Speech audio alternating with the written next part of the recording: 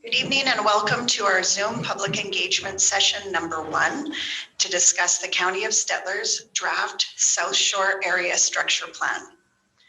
That's right, if you thought you were attending the Thomas Rhett Live in Nashville concert tonight, you've clicked the wrong link. My name's Nikki Thorstensen and I'm the Director of Communications. Also with us this evening, listening to your questions, inquiries, and concerns are Councillors James Nyberg, if you'll just give a wave when Councillor Les Stolberg, Councillor Wayne Nixon, Councillor Dave Grover, Councillor Cherie Neitz, Councillor Ernie Gender, and Reeve Larry Clark will be joining us in a few. In staff attendance, besides myself, we have CAO Yvette Cassidy, am I right? Andrew Brisiek, Director of Municipal Services, Jacinta Donovan, Director of Planning, Development Officer Kara McKenzie, and Rich Fitzgerald, who's also our GIS coordinator. Craig Teal, special guest from Parkland Community Planning Services, is also with us, joining us through Zoom. Craig is the author of our draft South Shore Area Structure Plan, and he'll be giving a presentation of the plan to you all in a few minutes. But first, we want to thank you very much for joining us. It's hard to hold public engagement without the public. We know attending another Zoom meeting was probably not on your top 10 things you wanted to do today, but it's important to us that you made time to be here, and we thank you for that. The purpose of these sessions are to provide you with the opportunity to review this plan with Craig and with our planners, ask your questions, seek clarification, and make suggestions. This is not a public hearing. The information and the feedback we receive from you throughout the public engagement process will be considered by council as they further review the draft plan later in May. Some general housekeeping just before we get started.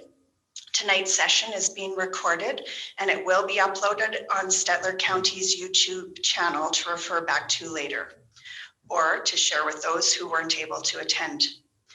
We are accepting feedback until Monday, May 17th. If you leave here tonight and have a new idea or thought you wish to share, you're invited to forward that to us by email or phone prior to the 17th of May. To begin tonight, Craig Teal will be making presentation of the draft SSASP, and we ask you to hold on to your questions until his presentation is concluded.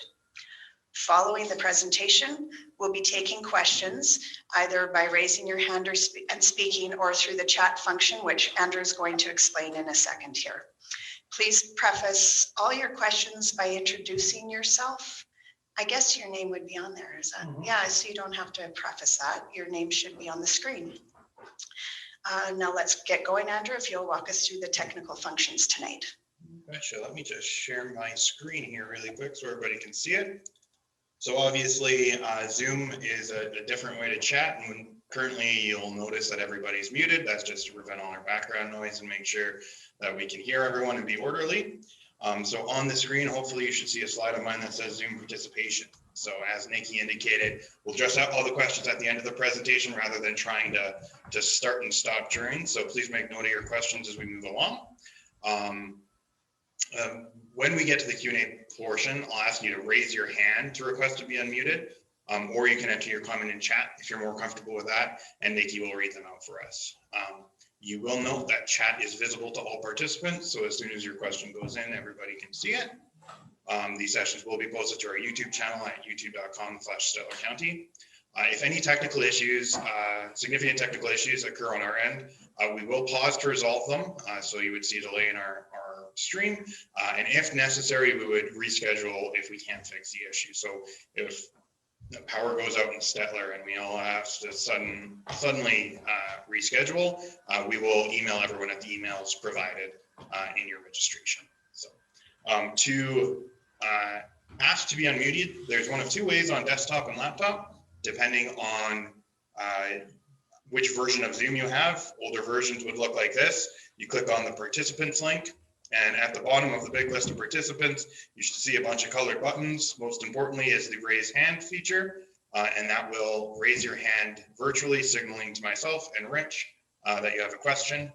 When we get to your question, we'll call on you and we will digitally ask you to unmute. You'll get a little window like you see up here that said the host would like you to unmute. And if you just choose unmute, we'll acknowledge you and you can ask your question or comment.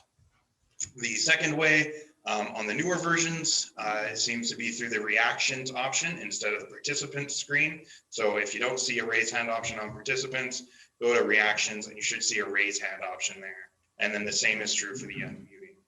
If you're on phone or some tablets, it won't fit on your screen. You go to the more option and choose raise hand. And then the same procedure is true for we will call on you when it's your chance to speak and ask you to unmute, and you'll get that option. If you're dialing in by phone, you can't see any of what I just told you, so I apologize. You won't have any video, obviously, if you're on by phone, but you can still participate by asking questions.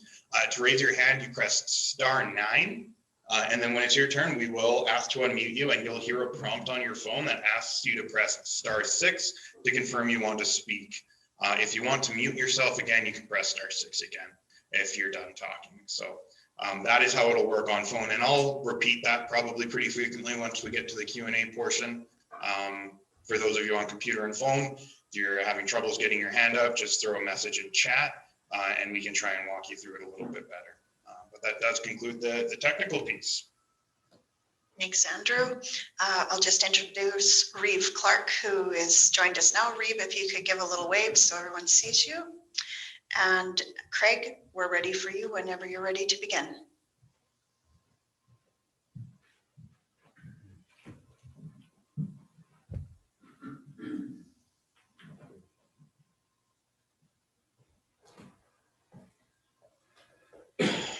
You aren't unmuted yet, Craig, but we can see your presentation. One step at a time, Andrew. Thank you. Okay, great. So I'm glad everyone can see the presentation. Good evening. My name is Craig Teal. I am the Director of Parkland Community Planning Services and a community planner. I've been assisting the county with preparing the draft plan that we're about to look at. It is intended as a replacement of the current Buffalo Lake South Shore Intermunicipal Development Plan. There's no shortage of initials and acronyms in the presentation. The presentation will start with the role of the plan and its relationship to those other plans and how that applies to this area. This will be followed by an overview of the contents of the draft plan. And I expect the presentation will take about 25 to 30 minutes. Andrew, I will ask someone there if I seem to be fading off in terms of volume or going too quick to try to wave frantically, or let me know. So with that, get into the presentation. So first up, what is an area structure plan? An area structure plan is a policy plan that is adopted by council with the purpose of coordinating the future use and development of several parcels of land. So it has very much a coordinating role. It identifies the land uses proposed for an area, such as residential use, open space use, and also identifies the infrastructure that is needed to support that future use and development of the area, such as roads, trails, water and wastewater services, stormwater management ponds, and public recreation facilities like boat launches or vehicle access points. The ASP is expected to speak to the intensity of development that is expected to occur, the anticipated timing or phasing of development, potential population levels, and processes that are expected to be used for land to go from a concept, as shown in the plan, to an actual built project. So that includes laying out expectations of landowners who wish to develop their properties in terms of more detailed plans and studies that will be needed to obtain county approvals.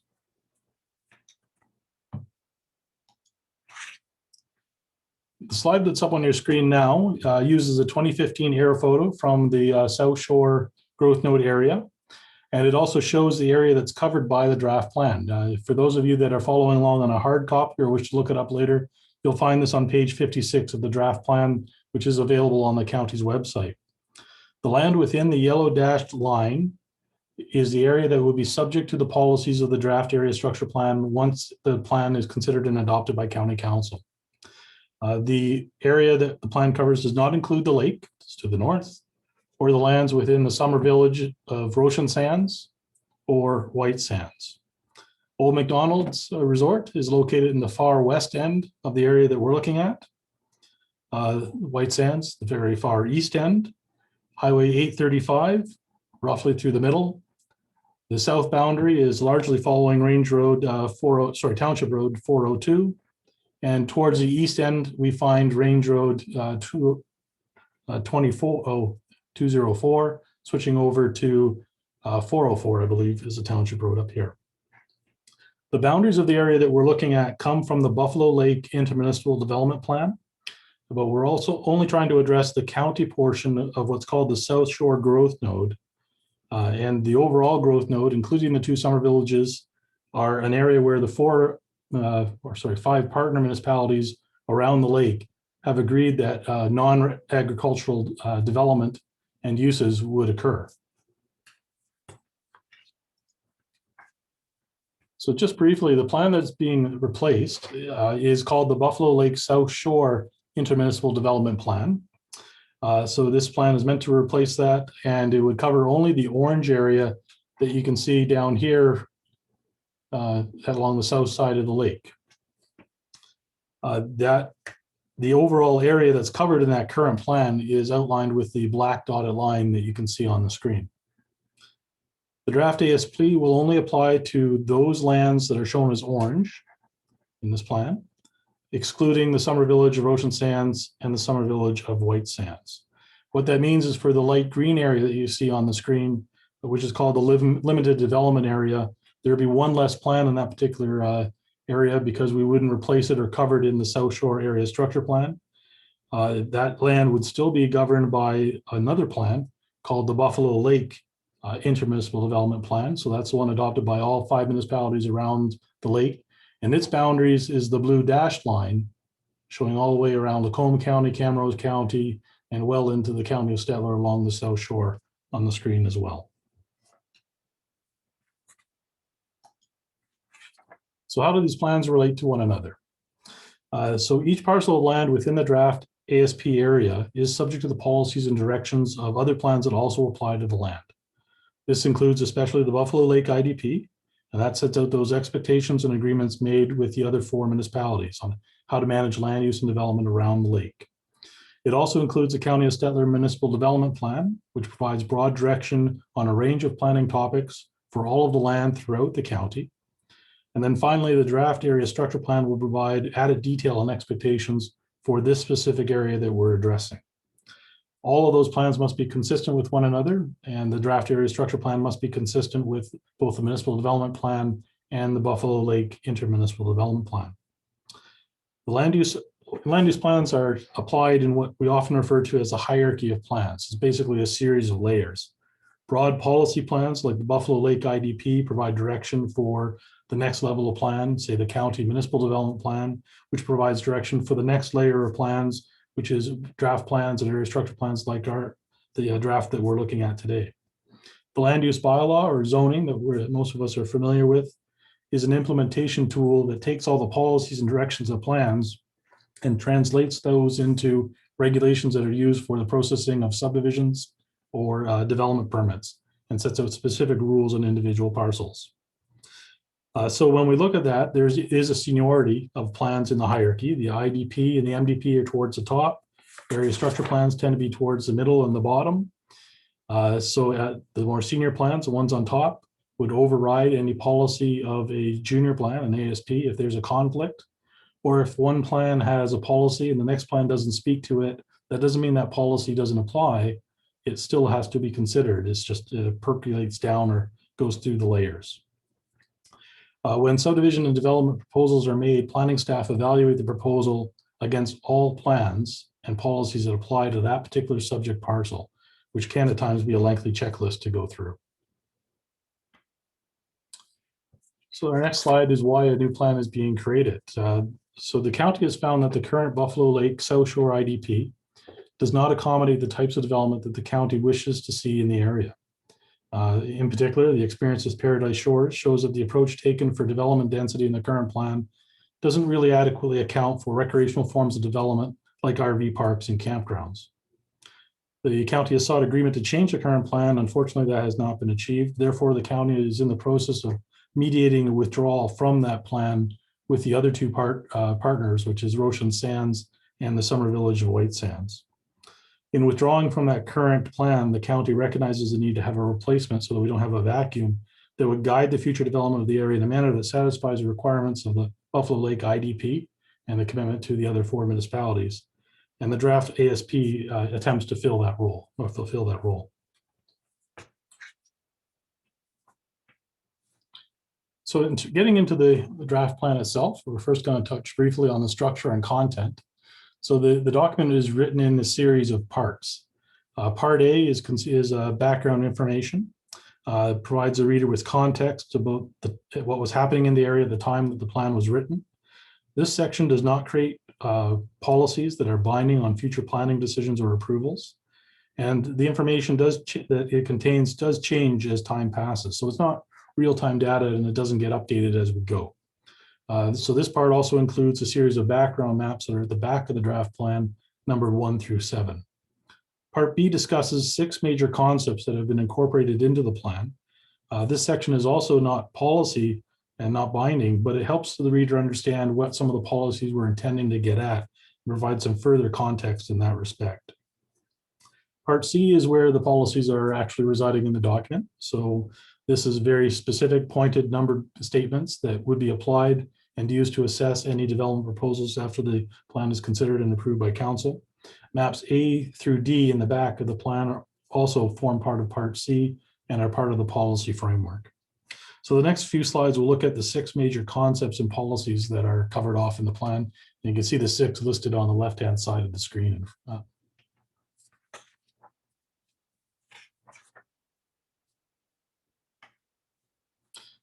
actually going to start at the very, very back. So the plan implementation policies are literally at the back to let you know what's the expectations to basically incorporate or implement the concepts. I wanted to start with these because you're going to hear throughout the presentation reference to local area structure plan, outline plan, and site plan. And these are key tools that are used to help implement the policies. So what that means is new subdivisions that involve more than 2 parcels will be required to provide more detailed plans in the form of either a local area structure plan or an outline plan. These types of plans must be based on the concept of the South Shore ASP and all the other plans that are above it. And they're expected to provide more detail than the ASP does, right down to the location of individual parcels, roads, the size and shape of parks, where a trail or path may be. These plans are also expected to account for the servicing of the subdivision and includes identifying locations for communal or collective water and wastewater systems, stormwater management ponds, and typically they're supported by detailed studies, which I'll touch on a little further. These detailed plans are typically reviewed and accepted by council prior to putting zoning or doing an LUB amendment on the subject parcel. The same would apply for any major developments that don't include the subdivision process. So someone could come and propose several development units on a parcel of land, but keep it as a single title. So in that particular case, we wouldn't use a local area structure plan or an outline plan, but we still have lots of questions that need to be addressed. And that's where the role of the site plan comes in to basically do the same function, understand what the layout and intent of the proposal is, and understand how it will be serviced. In both scenarios, there is a series of studies that may be needed to support and evaluate the infrastructure needs and the use of the land. This includes things such as a water supply study, if there's a communal well proposed, a stormwater management plan, a biophysical assessment, a wetland assessment, servicing details for how much water is needed, how much wastewater will be created, and traffic impact assessments. So there's a series of studies that the plan can have someone prepare to try and address those technical details to create an informed decision before an approval is given. The last thing that's touched on in our plan implementation policy is the issue of timing and phasing. And I expect the build out or the implementation of the area structure plan that we're looking at will take 25 plus years. There is no set time frame or order of development. Really, that's going to be based on when an individual landowner is prepared to come forward and start working with their property to do something other than typically agriculture, which is a current use. And that will be based on their interest and most likely also based on the economic environment at the time and the feasibility of a proposed project. So there is no set plan in the overall document that says we're going to start in the east end and make our way to the west. It depends on when landowners are interested in coming forward preparing those local area structure plans, outline plans, or site plans to be able to move to the next step and develop their property. Okay, so one of the key maps in the document is map A, the future land use and transportation concept. This is found on page 62 of the plan, and its role is to indicate the land uses that are intended for various parts of the geography that we're covering in our plan, or what we call the plan area. The boundaries of the land uses that you see on this drawing are meant to be conceptual. So we're still operating at a fairly high level compared to what I would expect someone to do if they were working on a local area structure plan.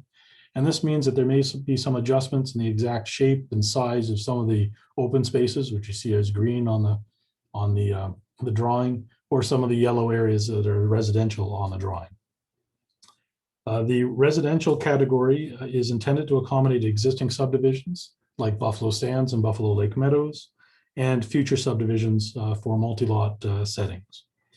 The commercial category looks a little small right now with the only one site. So that's the current existing site along Highway 835. In the future, as those local plans are prepared, there may be other sites that are proposed, and that would be addressed at that particular time, with the idea that they're meant to be a local convenience site or small scale commercial service with some sort of linkage to the lake and the residents in the particular area. The recreational category is the kind of tan or brown that's shown of the west end, and again on the east end of the plan. And that accounts for uses and activities like Old McDonald's Resort, an RV campground, or a golf course. There's one light blue kind of cyan area, roughly off-centered, a little to the right, in the area. That's a site that was acquired by the county for public service use, a satellite operation site for the delivery of municipal services. The open space that's shown on the plan is shown in green, and that consists of lands that are expected to be left in a natural state, possibly because there's a wetland in that area or a steep slope that is more than 15 to 20% degree or 20% increase in slope. It also includes locations for planned parks, trails, and connectors. There's two community park locations that are identified with a brown outline, one here in the west, one here in the east. As this area grows in the future, it's expected there may be some need for outdoor recreation facilities that are not really related to the lake. It could be a ball diamond, a soccer pitch, a large playground, etc. Final thing to note at this stage on the concept are the orangish or red dotted lines that are snaking throughout the area. Those are intended to show major trail corridors and connections. Again, they're conceptual and they may shift as development occurs, but they are meant to communicate the desire to have some sort of network or trails that allows you to go from one residential area to another, and then up to the lake shore and have opportunities to walk around and enjoy the area. The final thing that I will point out actually is the three asterisks that are red here in the lake, which denote the area where the county is proposing to focus their attention on improved vehicular access points to meet the requirements of the Buffalo Lake IDP and to address an increased pressure and need for greater access points as the population and development in this particular area increases.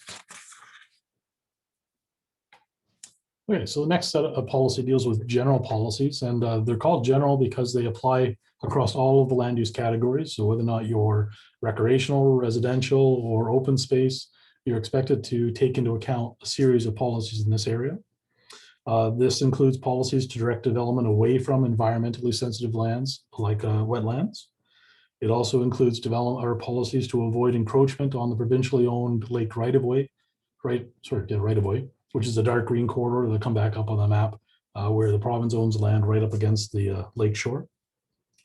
It includes policies to make sure that the view of the shoreline for boaters on the lake is kept as natural as possible. That's not to say that it won't change, but when you look at the size of buildings, the placement of buildings and screening, is to try to see that it's not just a row of houses along the top of the escarpment somewhere. There's also an expectation that when people are doing the design of their property for a future subdivision or development, that they work with the existing lay of the land. So the land is pretty hummocky and up and down quite a bit, and it's not intended for an extensive stripping and grading to reduce it to a flat tabletop. It's intended to work within those natural features as much as possible and preserve what you can to maintain that rural character and sense of open space as development is planned. Some exceptions to that rule would be allowed for roads that have to come down a slope in trying to achieve another public objective of secondary access, or the actual building sites for buildings which have to be level as well. Finally, historical resources and archaeological resources are expected in the area, given its history with Métis and Aboriginal communities. So there is an expectation as development comes forward that additional work and study on those type of resources will be required. So our next set deals with agriculture use and residential use. And while agriculture doesn't have its own category in the map that I showed, agriculture will continue to be an activity happening on the land for many years to come, especially for those landowners that choose not to develop their property, and the plan acknowledges that, and that's perfectly fine. There's other cases where if someone's developing one of the residential areas, not all of that land may be converted to a residential use. They may leave a communal agricultural holding for maybe a common horse paddock or a common gardening area. So agriculture is allowed in those particular cases.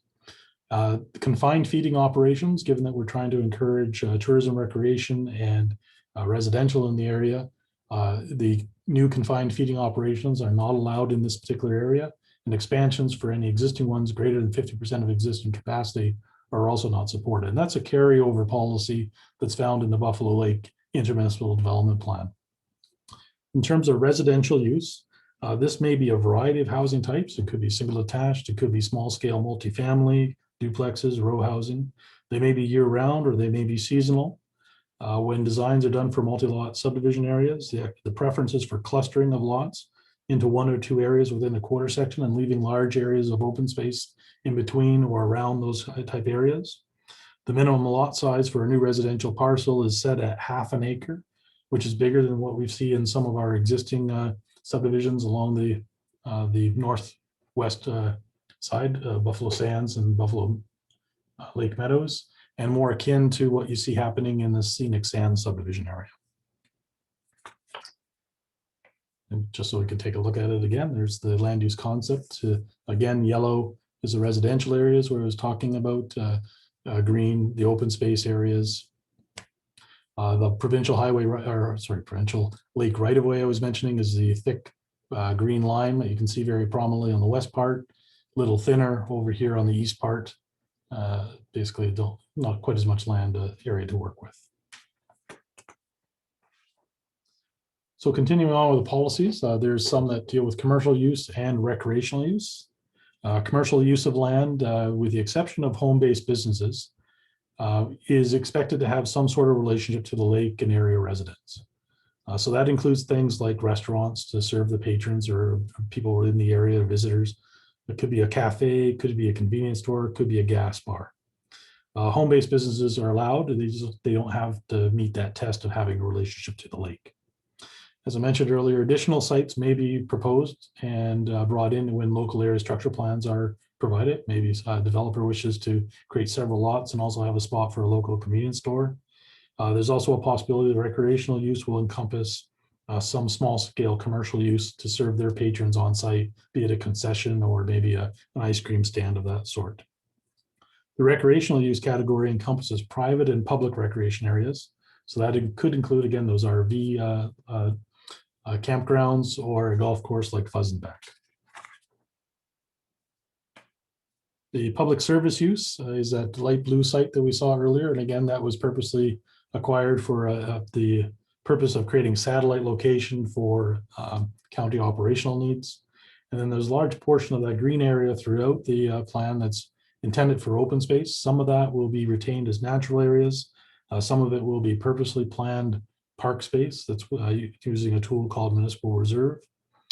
For those lands that are considered not suitable for development, that includes wetlands and those steep slopes, that land may be dedicated as an environmental reserve. And again, the boundaries on all of these areas are fairly conceptual and expected to be refined when those local area structure plans, outline plans, and site plans are prepared. One of the things a plan has to make a distinction around is whether or not subdivision is involved in the proposal or not. If a subdivision is involved and the county is going to have to obtain that or provide that kind of approval, how we approach the natural areas can be different. So that allows the province or the county to acquire land as environmental reserve and then as park space, municipal reserve. If there is no subdivision proposed, and they're going right to site plan, the plan does contemplate that as well. And in that particular case, the site plan that's part of that development permit approval may have to identify natural areas that are not to be converted or not to be used for whatever use is the subject of the development permit. The 2 community parks that are identified are intended for those expected recreational needs as the population in the area increases. So again, that's for sports fields, ball diamonds, those planned active recreational areas. And again, you can see the concept. The 2 community spaces here and here.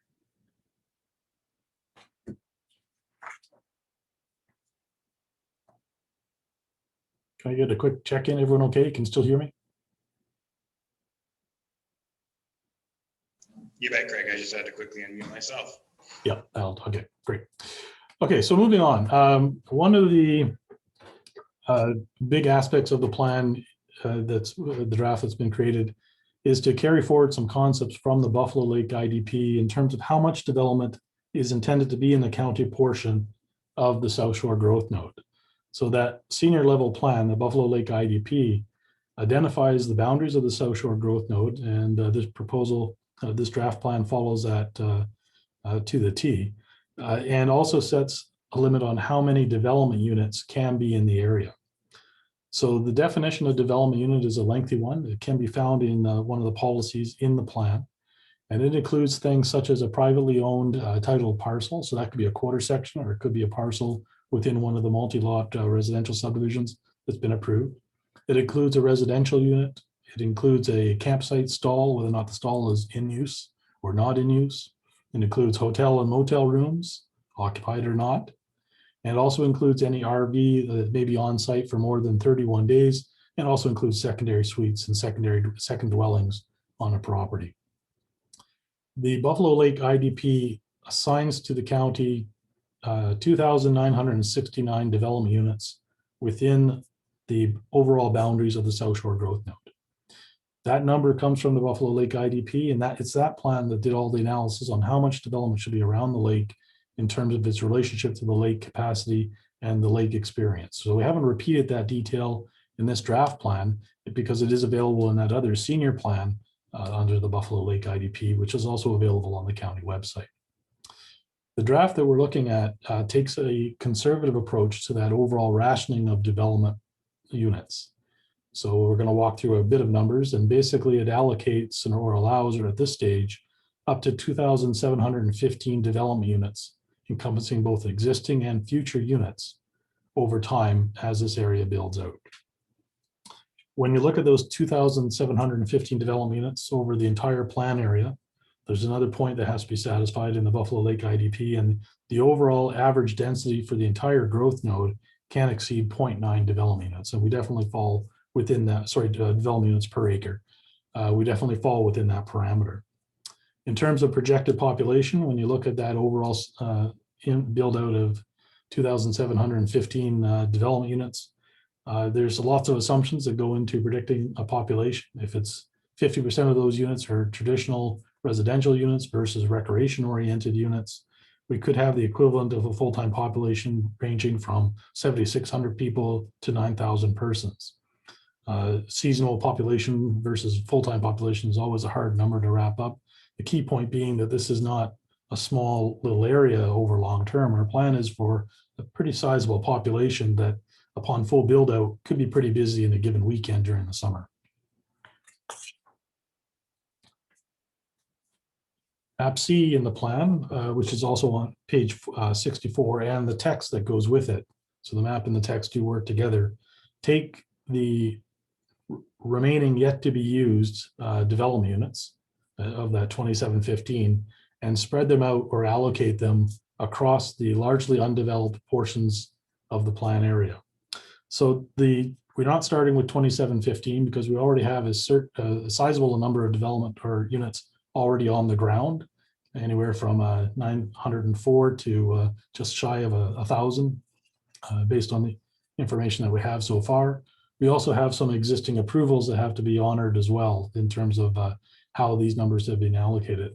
The detailed breakdown is in part B, so you can follow the math and see what the thinking was in terms of setting up this system.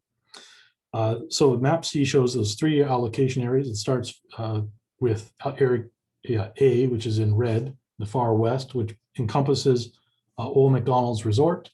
And the number that's been assigned to that is 858 development units.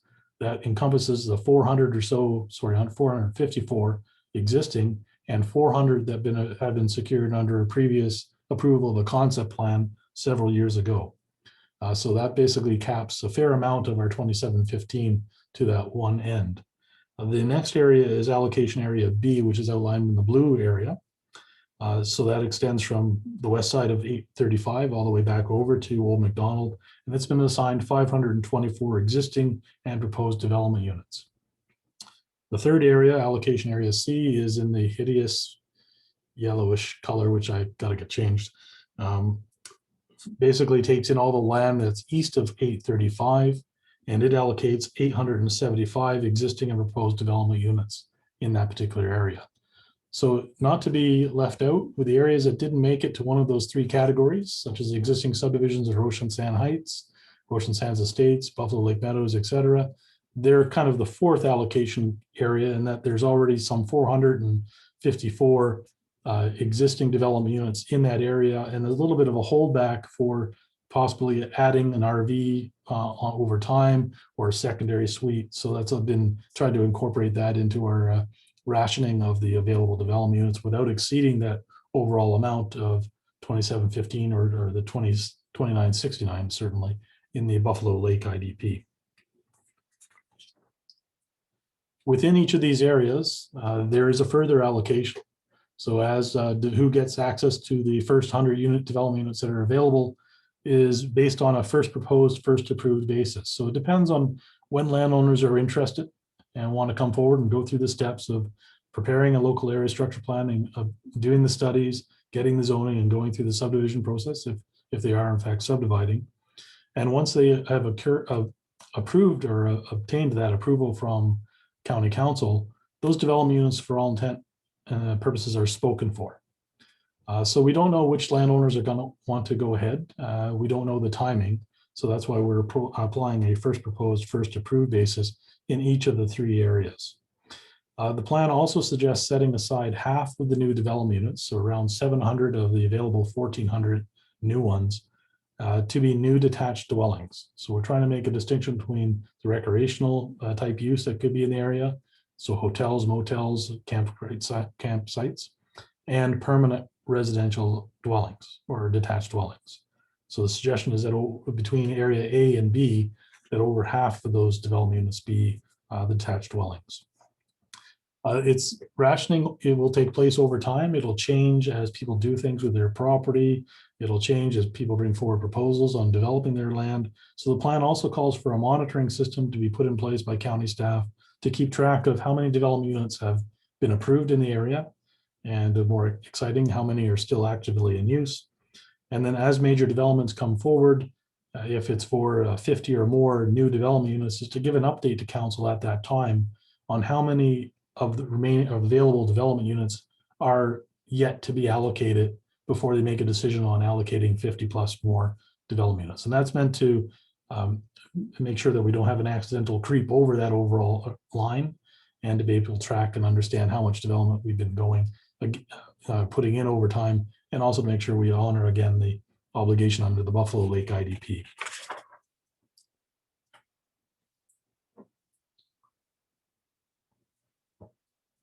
So transportation concept, I'll bring up the map next. It's based on a grid of range roads and township roads, access to Highway 835 and Highway 601.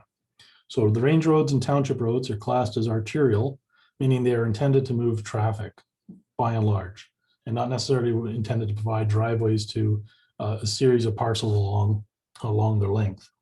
The new roads that we'll see on the map that are light gray, classed as locals or collectors, those are the roads that are intended to provide direct access to new parcels and provide connections within the various subdivision areas as they develop. So the arterial grid and the connections to the highway are the main way to provide for the long-term road infrastructure needs of the expanded or growing area. And together with the arterial grid and the future collector roads, it's intended to provide for secondary access to most, if not all, parts of the development the plan area as development progresses. You'll see in our plan that we're not counting on any new direct access to Highway 835. And that is largely due to the challenging topography and difficult sight lines on that segment of highway as you move north from Range Road 402. The plan also calls for the construction of at least one of the two, it's an either or, major connections east of 835 that would go straight south and connect down to Highway 601. So that road network I've been describing is shown on the future land use and transportation concept, so we understand the link between the land use patterns and the roads necessary to support those land uses in the future. The location of the roads, again, is especially for the light gray collector ones, which you can see here, is meant to be conceptual. So there may be some refinement as more detailed work is done for those local area structure plans or outline plans. So instead of having this little wow through here, it may have a slightly different alignment, which is okay in terms of the policy of the plan. But what would not be okay is to take away a connection to a neighboring parcel as we try to build that series of loops and secondary access points throughout the entire plan, so that we don't have a large population on a single access that in the worst case, an emergency or a maintenance situation, in one case it's inconvenience, in others it's very much a safety issue. So another concept that the plan touches on is the aspect of lake access. So vehicular access points or boat launches, depending on your preferred term. The Buffalo Lake IDP does expect a growth node plan like this document to lay out some sort of game plan on how this will be tackled, how this infrastructure will grow as pressure and demand increases. And the plan calls for the county to focus the efforts on 3 key locations. And they are the Buffalo View Estates Marina, the north end of the Range Road 211, and Scenic Sands. Each of these locations requires a varying degree of improvement to be able to function and deal with the increased use over time. These ones have specifically been identified because they're wholly within the county's jurisdiction, so the county can reasonably move ahead and act on them, although they'll still need Alberta Environment and Parks approval for developments that are basically going to go into the bed and shore of Buffalo Lake. They're also dispersed similar to the allocation that you see back on map C, with about 2/3 of the development intended to be west of 835. So we have 2 out of 3 boat launches on that side, and more or less 1/3 of development on the east side of 835. So 1 boat launch focused on there. That doesn't mean that the other boat launches that are available in the area aren't available to future residents of this area, and that they may not be partnerships, but we need a plan to demonstrate how this infrastructure will be purposely planned to deal with the growth intended within the county area. The overall intent is to do more detailed plans led by the county to understand what will be built at each location. And then the move to the next step is to figure out a financing plan for that, so that if there's a contribution to come from development as it progresses, the county is collecting the right amount of money to build the facilities. The other aspect is to make sure that when it comes time to actually building, that the boat launches and the facilities gradually increase as development increases. So they keep pace with one another as the demand or the development causing the demand increases, the facility is brought up in line, roughly speaking, at the same time. So the next few services are on the utility side. First up, water servicing.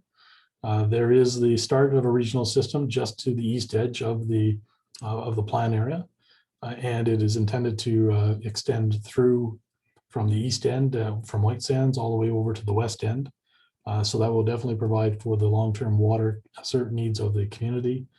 As it extends, the expectation is that there will be connections to the existing collective wells that are at Buffalo View Estates and then Buffalo Sands as well. So there's some existing reservoirs or communal wells there that would tie in once the line becomes available.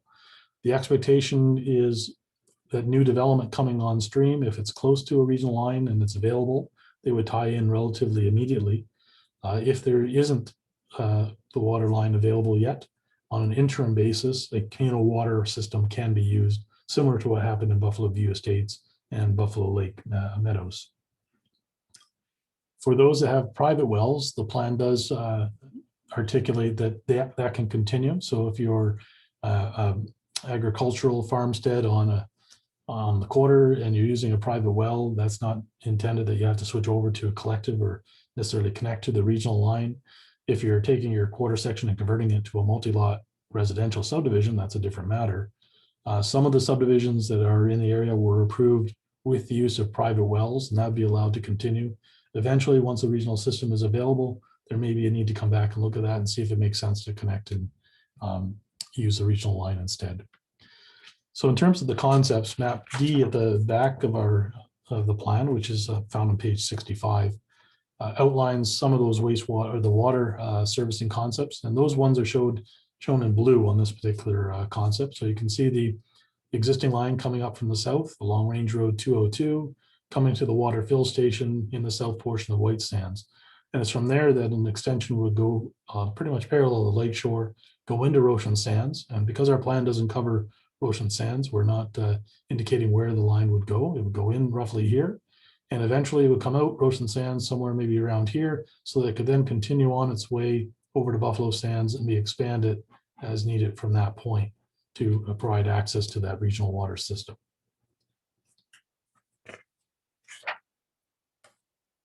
Wastewater, so the outgoing. So the plan does call for the design and development of a wastewater collection and treatment system to serve the future development of the area. And this will replace the current interim arrangement of collective systems requiring a haul out to the Red Willow Lagoon several kilometers to the east of the plan area. The system is expected to consist of a series of collection mains, pumps, and force mains, which generally would move effluent towards the southwest corner of the plan area. And I'll bring that up on the map in a second, where there's two location options for a wastewater treatment plant and lagoon system. And each of those locations also has two options on how to deal with the treated effluent and ultimately get that to the Red Deer River. As an interim, again, collective wastewater systems, which by and large is a gravity or a low pressure pumping system that goes to a communal tank that's pumped out, can be used as an interim when the regional wastewater line comes close to those services. It's expected there'll be a connection and then the communal system gets replaced by the regional. Private systems can continue, and that is documented in the plan. And one of the policies from the Buffalo Lake IDP has been carried forward that if you're within 800 meters of the lake shore and you have a private system because you don't have access to, well, the communal system and the regional system is far off, you can still have a private system, but it must be in the form of a sealed holding tank, which is pumped out. And graphically, we can see on this drawing in red on map D is the wastewater servicing concepts. And each of the boxes you see are considered lift stations or pumping stations, typically towards the lowest part of the plan area, that once the effluent makes its way to those points, it would be pumped using force mains or gravity mains to either option 2 or option 1, which would be locations for a wastewater treatment facility. And then from option 2 or option 1, the options for outfall is either a pipeline to the Red Deer River or to the Tail Creek. And that is a level of details yet to be worked out. And the plan does call for that to be worked on in the near future, so that as development progresses, the contributions or money needed to fund those eventual investments is collected up front. The final slide deals with stormwater management and shallow services. So dealing with surface water runoff is something that all developments are expected to account for. So that these kind of facilities have to meet the county's requirements. And they also require approval from Alberta Environment and Parks, so it must meet their guidelines.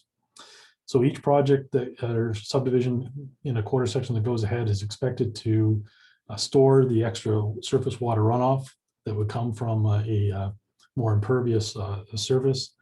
And that's to avoid flooding for any downstream landowners. It's also an opportunity to make sure that the water quality issues are addressed before the water is released downstream and ultimately makes its way into Buffalo Lake to protect the water quality of Buffalo Lake. For private utilities like natural gas or telecommunications or power, The expectation is that those that can be underground are put underground as new subdivisions are developed. The overhead power lines will most likely still be out there on the range roads and township roads for many years. But if you're doing a brand new subdivision, the expectation is that we don't have things strung along poles. The exception, of course, being anything that's wireless would be above ground. So thank you very much for your patience. I'm hoping that was close to the half an hour promise. And I'll just leave up the future land use transportation concept, if possibly through the question and discussion period. Unless you want me to stop sharing screen, Nikki. Thank you, Craig. I think we can leave that screen up. Okay, we'll leave the screen up and we're ready to take questions when you have some. So Andrew, if you just go over how to do so again, in case anyone's wondering. Yeah, so just as a quick reminder here, if you are on mobile or on your phone, you're going to want to choose participants and raise hand, or reactions and raise hand, or lastly on phone, you'll hit the more button and raise hand to raise your hand. And then once we call on you, we'll indicate that we're looking to unmute you. You should see that pop up on your screen. And we do have our first question, so I will unmute you right now. So you should see the ask to unmute. And go ahead, Sheena. Thank you. Hi, can you hear me okay? You betcha. Hey, our question is about the map A and future land use and transportation concept. We live just adjacent to Bayview Street, and we're curious how the county is going to police traffic speeding. It's already a speedway. And so how is the county prepared to deal with an influx of traffic if it's changed to an arterial road? Like the speeds on Bayview Street sometimes in the summer are upwards, I would say, of 60 to 80 kilometers an hour or better. And I'm just curious, with that change and having small children under 8 years old, we're certainly concerned with an influx of traffic coming through there. So what is the county's plan on policing that and maintaining the posted speed of 30 kilometers an hour? Because I think a local traffic only sign that was proposed before is maybe not enough. Thank you, Sheena. Andrew? Yeah, maybe I'll start here.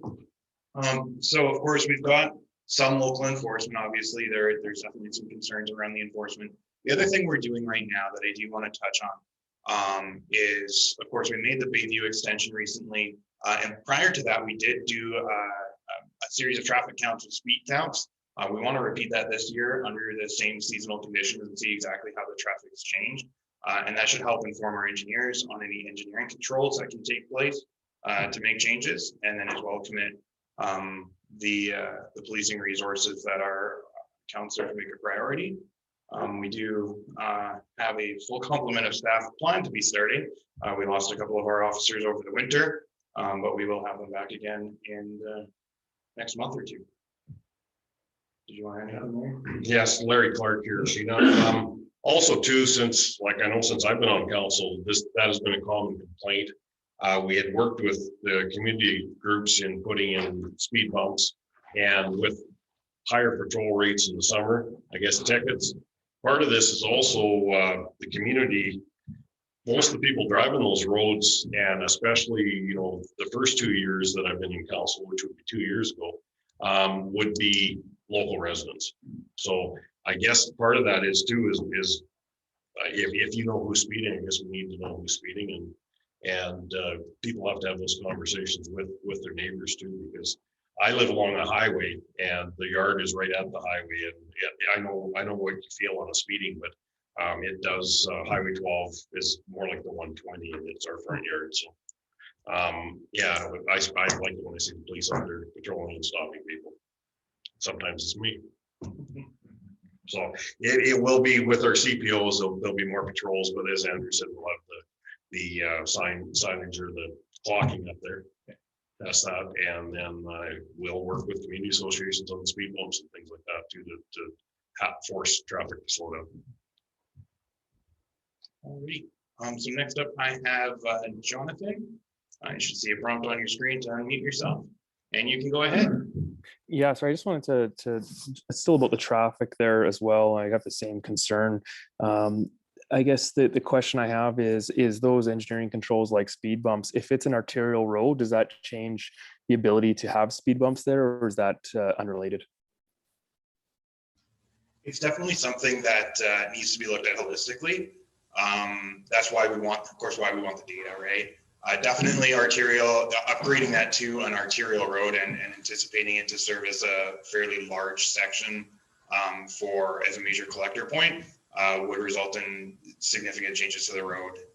You'd probably want a wider surface top, and unfortunately I didn't bring my engineer here tonight, but you probably are happy for that because he could go on for ages over what we would do with an arterial road. But yeah, just in general, it would impact some of the speed limit type things like speed bumps and the speed limits.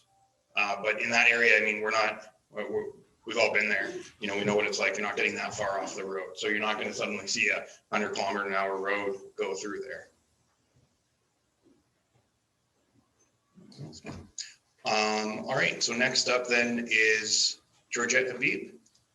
You should see the prompt on your screen. There it is. Yeah, thank you. There's a lot that Craig went through, and certainly this plan needs a thorough read again.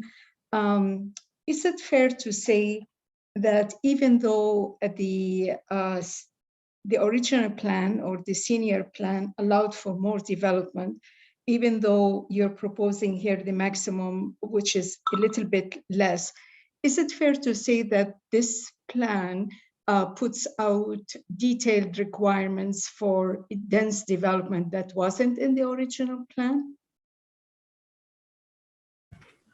Craig, I think you might be the best spokesperson on that one, if you don't mind answering that. Yeah, so if I got the question correctly, it's how does the new plan stack against the Buffalo Lake South Shore IDP, the one that's replacing, in terms of the level of detail for new development. So in a lot of areas, the policies in the current Buffalo Lake South Shore IDP were carried forward. So for example, the treatment of environmentally sensitive areas, working with the lay of the land, those things are comparable. To put more accountability and responsibility. Yeah, that was already in place, so we certainly haven't thrown that out. The other aspect that probably is different is making distinction between subdivision proposals and development permits. And probably one of the weaknesses of the existing plan was it had as an underlying assumption that there would always be subdivision involved, which is not always the case depending on which land use you're using. So we're trying to use this plan to close up some of the gap. The overall system of expecting studies, local area structure plans or outline plans, and more detailed follow-up from the landowners, that is more from the county's overall system on how they manage the development of land going forward. So you'll find that in other policies in the MDP, and that was also contained in the Buffalo Lake South Shore IDP. Georgette, I hope that covers most of the points that you were asking about. And sorry, Georgette, when I went to lower your hand, I remuted you. So if you had more to ask, just raise your hand again. If not, don't worry. In the meantime, we do have one question from the chat that I'll read out. So it comes in, it says, I believe Craig stated that arterial roads are direct traffic routes, not one with a series of driveways. Why is Bayview Street being redesignated to an arterial road, and why are alternatives not being considered? And I do want to point out, it is just the section of Bayview Street east of where the new Buffalo View Estate subdivision starts. Where there are no direct driveways onto that road, that would be considered for an arterial. And that would just be because that would be able to connect to one of the new arterials proposed to head south to 601 and further to connect up to the White Sands Road and head east to 56. So it's about collecting the traffic and taking it to a major highway. I see, pardon me, Georgette, raised your hand, so I will unmute you first here, just a moment.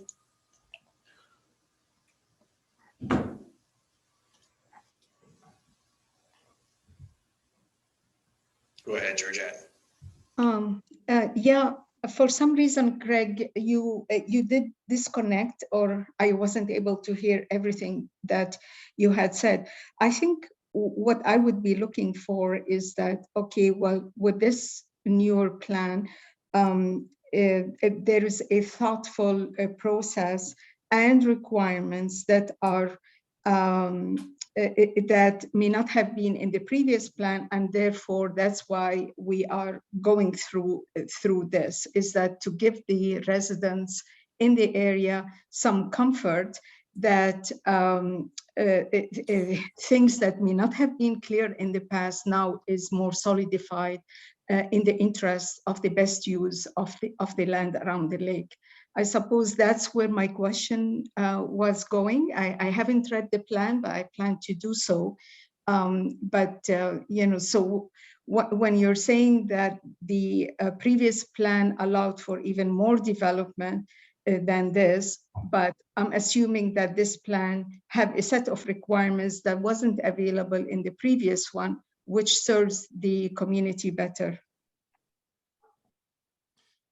Okay, I guess, Georgette, in responding to your question, I think the draft plan, I would say, is somewhat stronger than the previous plan in providing that process in place to deal with subdivisions and development proposals that come forward, to make sure that they have to do more detailed planning, they have to do the detailed studies, and they have to definitely follow the commitments under the Buffalo Lake IDP. Mm-hmm. Okay, that's great. Can I ask one other question? You said that the wastewater would be pumped, one possibility, to the Red Deer River. Right now, we have the project that we pump water from the Red Deer River to the lake to stabilize the level of the water. Would that adversely affect the quality of the water in the lake? Okay, so in terms of the effluent going from the wastewater treatment, that would be treated effluent. Okay. So it's also, but there's also the issue of if there was a concern, and I don't get to control the timing of when the province decides to top up Buffalo Lake, but certainly if that was a concern, depending on where they're topping up from in relationship to where the effluent from the wastewater treatment plant reaches the Red Deer River, they may be topping up from upstream of where the outfall comes in, or they may ask the plant operator just to hold off any discharge. When you have a lagoon, you can do that so that they can actually get the Red Deer River water in and then do the into the lake and do the discharge later. So I think that's how those kind of things could be managed. At this point in time, I can't tell you where exactly that outfall to Red Deer River would be going. Okay. And just as a quick addition to that, it's actually been just about a decade or over a decade since we've been pumped up from the Red Deer River. And recently they've sort of put a hiatus on that, or 5 years, sorry, I'm getting the indication, 5 years since we last did it, because the issues with Russian carp and is an invasive species in the Red Deer River that they don't want to allow to transmit. As well, I think any idealized outflow we would hopefully have downstream from any inflow point off the Red Deer River going into Buffalo Lake. Mm-hmm. Okay, thank you. Gotcha. So next up we have Ed Walker. And you should get the prompt to unmute. And you can go ahead now. Thank you. Yeah, I apologize, first of all. I don't know if I missed something because I did lose some volume for a little while. It was during the discussion of the water and wastewater. Had a couple of questions regarding each of those. With the water distribution system, is there any consideration for fire life safety additions such as hydrants, fire pumps, that type of thing? So I think I'll answer that one again. You guys might hear my voice a lot tonight, sorry. So for water right now, the ASP is pretty high level for that level of detail. But outside the ASP, it can advise us, not currently in the plan, we are bringing water, or rather the Sherman-McClellan Regional Water Services Commission is bringing water from White Sands to Roshan Sands. But it will be a part of council's future consideration to consider upgrading reservoirs that water feeds into to allow for the capacity for fire flow and fire hydrants. At this point, we're not, and we do treat these like our other rural subdivisions. Unfortunately, our fire department's well outfitted with the ability to shuttle water with 4 pumper tankers that are well equipped with water. So even the addition of the truck flow of white sands greatly improved our ability to maintain permanent fire flow through a active fire scene for a structure fire. So like I said, not at this time for the actual fire hydrant and fire pumps, but it is something that council will have to consider as more detailed upgrades come forward for systems like Buffalo View Estates and Buffalo Sands, and as they look towards servicing potentially other subdivisions, if that is the intent. New developers could be required though, if it's the development authority's desire to provide reservoirs that are capable of fire flow. So for new developments, it's a little bit easier. Old developments need to be upgraded and retrofit. Thanks. And the wastewater holding tanks that are remaining and the new ones, will there be any odor mitigation added, and when will that be added? Will that be added? Sorry, would that be added, you know, at the time that you move it forward and improve each one, or would it be something that would be added after the project, like fire hydrants and things like that for the water? So for odor mitigation, from a non-capital perspective, we are actually trying some new things this year already, particularly in Buffalo View Estates, I believe, where we're trying. I haven't talked to Randy about Buffalo Sands yet, but at Buffalo View Estates, we're going to try some chemical-based odor control in those tanks, and we're going to see what the cost-benefit ratio of that ends up being. As well, we did just recently retender those contracts, and the successful proponent is committed to providing some more creative solutions for odor mitigation, including more closed pumps and electric pumps instead of diesel pumps. So we're working with our operator on that now that our contract renewed. We've had a new opportunity to look at that, and we're hopeful for some success through that summer. So do stay in contact with us about that issue, particularly if you're definitely if you're a resident who's been affected by odor from our tank loading or our hauling out of the sewage, because we'd like to hear if it's working or not. Thanks very much. Okay, we have a chat question came in. Would it not make sense to keep the traffic out of? One before that. Oh, sorry. Yeah.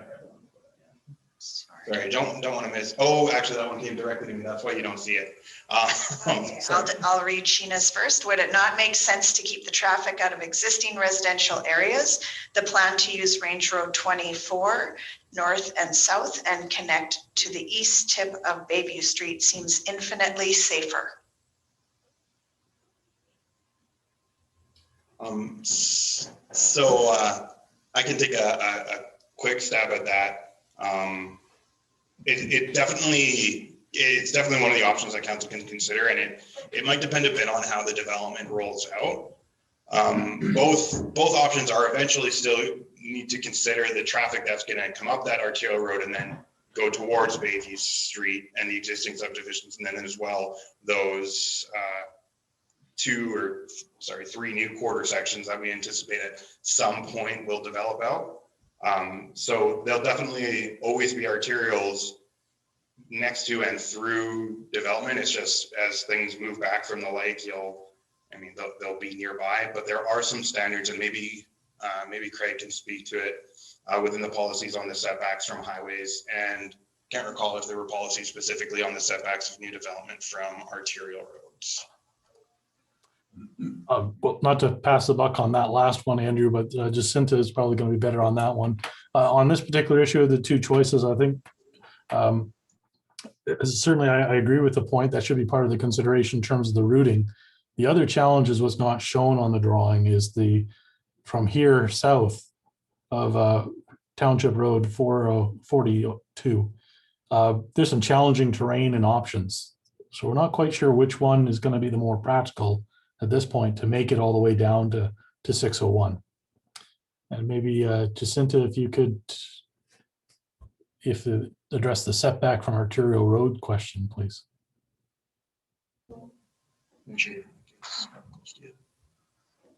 The minimum setback from our county roads is 125 feet from the center line. However, within the subdivisions, there's internal roads, so that setback is reduced to 25 feet. So to answer the question, setback is 125 feet from an arterial road. That's feasible. Yeah, so it's not addressed by the plan specifically, that's out of our land use bylaw, correct? Yes, it is, yeah. A follow-up to that came in that says, what is the policy to create an arterial road near an existing subdivision? So there is no specific policy to create the arterial road. These are changes that are being looked at over time, and we anticipate that traffic volumes will grow. So we need to make sure that the roads can grow to accommodate that traffic. Because if you build the houses, the traffic will come. If you don't build the roads to meet the traffic, the traffic's still gonna be there. So we do have to plan for something to service that in the future, especially as things grow around that area and to the south of it. But at this point, there's no direct changes planned for Bayview Street. Larry, you look like. Yeah, there's just something I want to add on it is we were very happy to extend Bayview Street or static actually, to get an emergency access on that road and to put that road through. So to sit here, you know, we're talking about this, but I won't apologize for that road going through, because there's a lot of people that stayed awake at night worried what would happen if we had a major incident up there or a major disaster up there and could only have access one way into where you live. So that road, you know, when we got that right away from the developer that had you know, with the Paradise Shores piece, that was just a sigh of relief for a lot of us to get that access in place. That was one thing that came up on every emergency response plan that we went through for that area. So that road is there, and I think people have to recognize how valuable it is if we ever did have a fire or a tornado or something up there, that we would have access to get in and out. So that's what I wanted to add, Andrew. Okay, we'll move on. I'll go to the chat that we missed. Thank you so much for being patient, Megan. So the question was, can you please expand on the dotted line, the major trail that's proposed along the water line from the Summer Village all the way to halfway down Bayview Street? Some of the timelines and details, and then a bit of follow-up. And does the walking trail go over Range Road 20-5?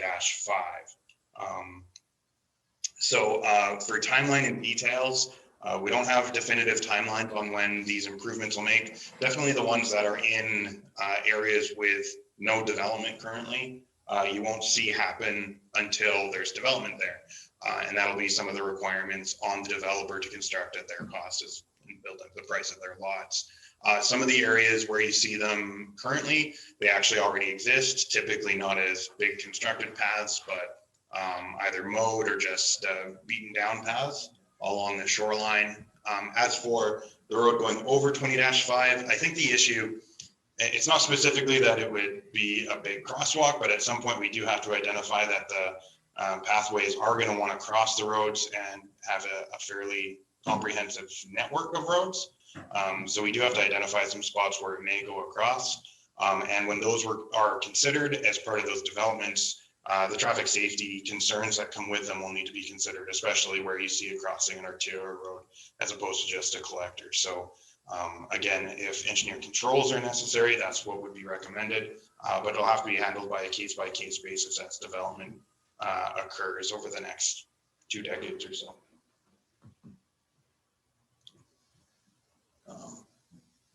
And so just a follow up on that too was so there would be public pathway portion in front of the properties on Bayview Street. I don't think that's necessarily, actually, Craig, can you maybe speak a bit to that?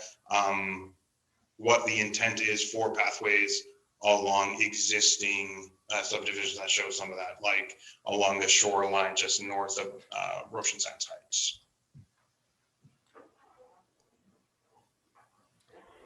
Certainly, Andrew. I guess in some cases, I think we erroneously put on a segment of trail here that won't be possible. So we do have to take that off the map. These ones, I believe, are the existing mode ones around Buffalo View Estates.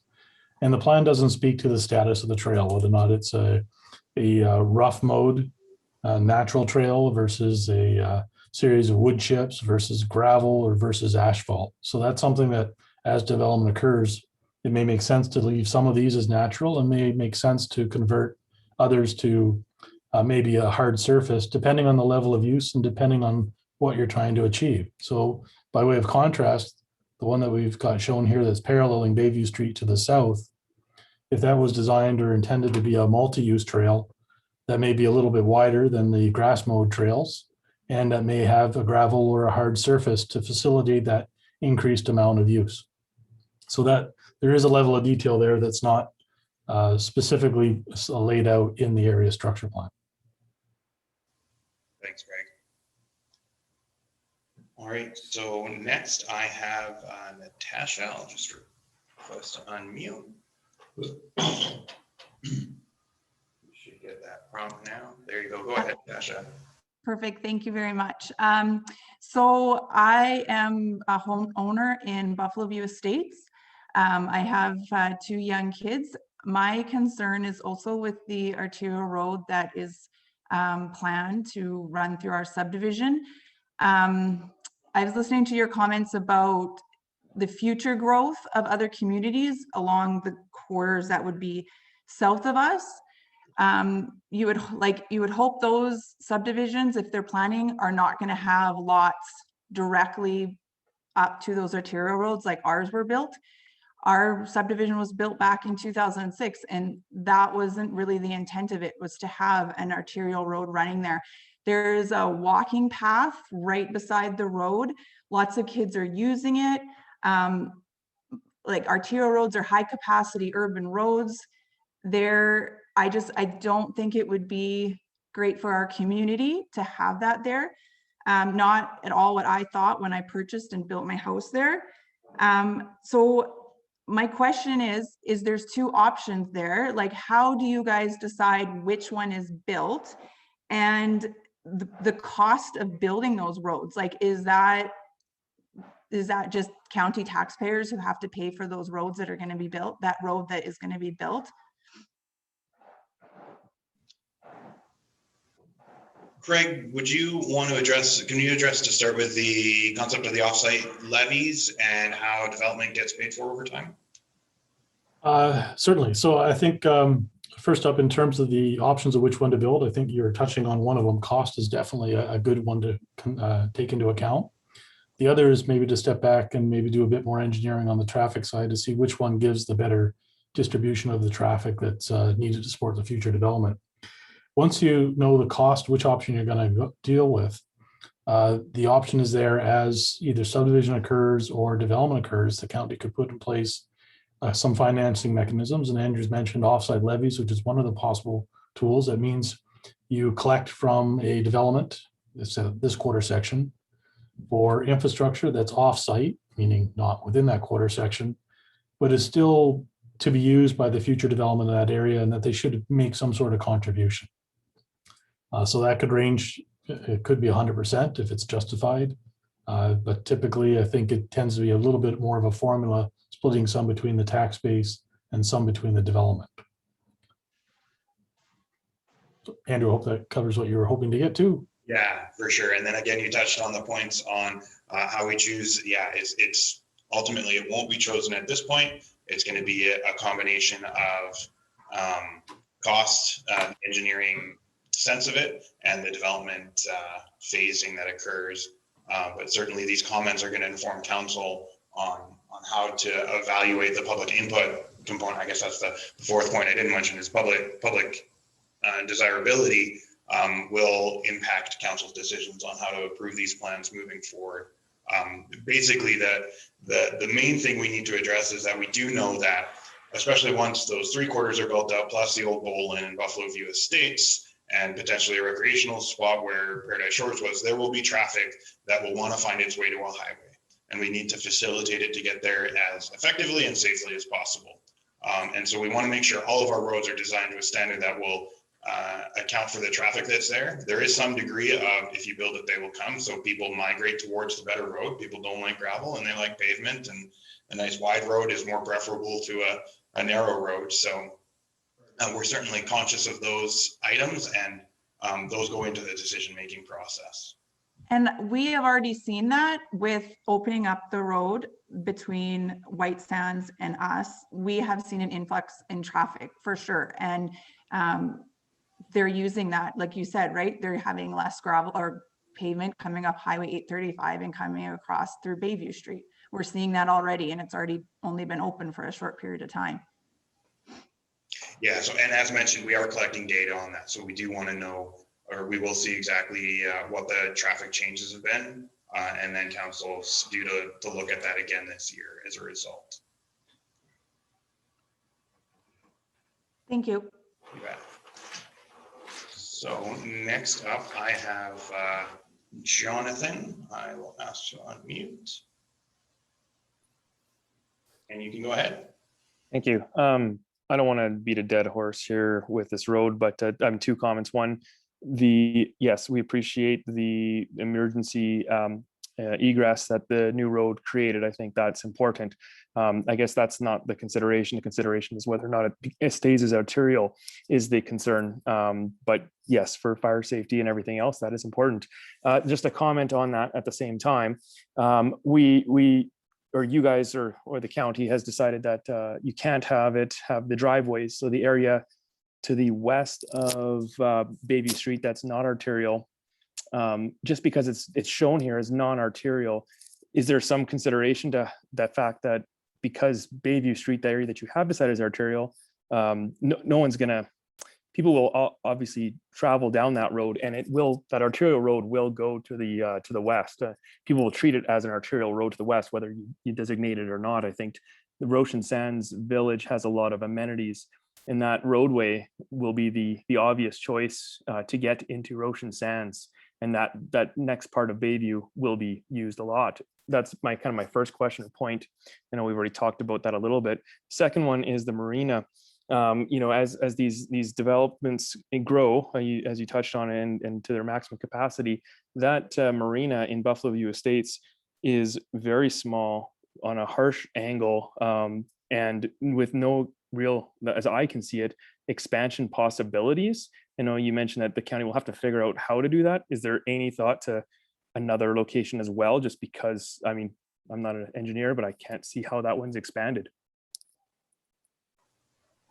Okay, so two questions. So just the last point on the road, or the one point for, how do we prevent the traffic going further west or becoming a main issue going west of Buffalo View Estates along the old Bolin subdivision, mostly through engineered traffic control. So speed limits and speed bumps and enforcement. So those are going to be, I mean, again, like I said before, if the road is there, they'll use it unless there's, a good reason not to. And, if we can make it less attractive to go through, that's ideal. If we can marry up plans with the Summer Village, when development of the southeast of 19 occurs, where you see that blue dotted line, the private road that's currently there now, there's a possibility that in developing that subdivision, we can get a better road that directs traffic around into the Summer Village and meets up with what would likely be some of their future development. Right now, the map there shows strictly roads within the county area, and that's by design because this is a county plan, and we really can't bind the Summer Village of Roshan Sands to say, we're going to put the road here and you'll follow along. But those are some of the ways that we can try and mitigate the issues to the existing subdivision to the west. And then for the marina, definitely nobody's oblivious to the fact that Buffalo View Estates has a challenging marina and boat launch. I know that our engineer has some minor plans for it. Typically expanding the parking is one of the quick things, but it doesn't change the topology of that launch. But definitely for smaller watercraft and then more permanent slips that are in that area, that does address those points fairly well. And I think, as Craig mentioned during the presentation, these 3 points are noted in this as places where future developers need to be able to contribute funds towards. But that doesn't mean that the boat launches that are outside of this plan are off limits, like the one at White Sands, for example. Council can still choose to partner with the Summer Village of White Sands to try and expand theirs, particularly as development happens closer to it. And we may have the opportunity for some synergy in getting some land. So I hope that answers your questions. Yep. Perfect, thank you. You could identify 2 additional areas that we could construct boat launches on. Yes. So in case you couldn't hear that, because that wasn't using her mic, she said she did. We did the two western areas are sort of newish or revitalized plans for more significant boat launches that are fairly well suited towards it. As far as our land availability there goes, there are some challenges with the cost of constructing them there. But as far as the options go, they do fall into a decent sweet spot of not horrendously challenging on all fronts. So I have Christina next. Asked to unmute, should be there. And go ahead. Hi, thank you. Yes, my question is about the pathway system. Will you plan on taking down trees and in order to make the pathway? Like I'm looking at the area by the provincially owned right-of-way section by Buffalo Sands, Scenic Sands. Yeah, that area. Like we're in Abbey Road and right behind our properties, there's trees, there's not really a pathway. So are you guys planning on taking down those trees in order to construct a pathway? And what kind of pathway? Are you looking at paving it or what? No one know. All right, no one know if you didn't hear him. Yeah, it's typically not been our direction to remove trees from environmental reserves. When we build paths, we try to work around the existing topology naturally. And yeah, paved paths aren't the most likely. Gravel paths aren't likely either, especially along the waterfront. Natural paths with the occasional boardwalk are typically what our engineer tends to migrate towards proposing. But again, and you'll hear this a lot, and I'm sorry that I keep saying it, there's no definitive plans for infrastructure improvements at this point. This is to guide how we develop and to have an overall view of how we can make that network happen without, building mile by mile and shooting ourselves in the foot down the road when we think, oh, if we'd have just done it this way, we could have connected the whole system. So. Okay, so this is just possibly a thought process for in the future as opposed to a something set in stone to happen right away. Exactly. Okay. And it is our intent, though, to be able to connect all the areas of Buffalo Lake by a pathway system. Right. Okay. We will be working towards that as this plan develops out. Yeah. But as mentioned, there's a 20 to 30 year minimum plan, longer if developers take longer to jump on board. So it's very long-term planning, trying to be appropriate and look toward the future. Did you realize that in previous years when the water level was much lower, that was all sandy shore and everyone could walk down the whole beach that way? Yeah. We've since lost that since we've risen the water level. It might be back this year if it doesn't rain, but yeah, that's what happens at Buffalo Lake. The beaches kind of appear and they disappear. Every year is kind of a different story, but it would be great to have all the paths along the lake, but there's always the issues of when the water level gets quite high. So if we were to construct them, we want to try to ensure that we'd be as close to the lake as we could, but then practically keep them from washing away. You'll see some recommendations come from us. Thank you. Great. Thanks. We have 2 chat questions. First one's from Ed. Has the undeveloped area to the south been considered for the arterial road utilizing grading adjustments and larger setbacks with costs shared or covered by the developer?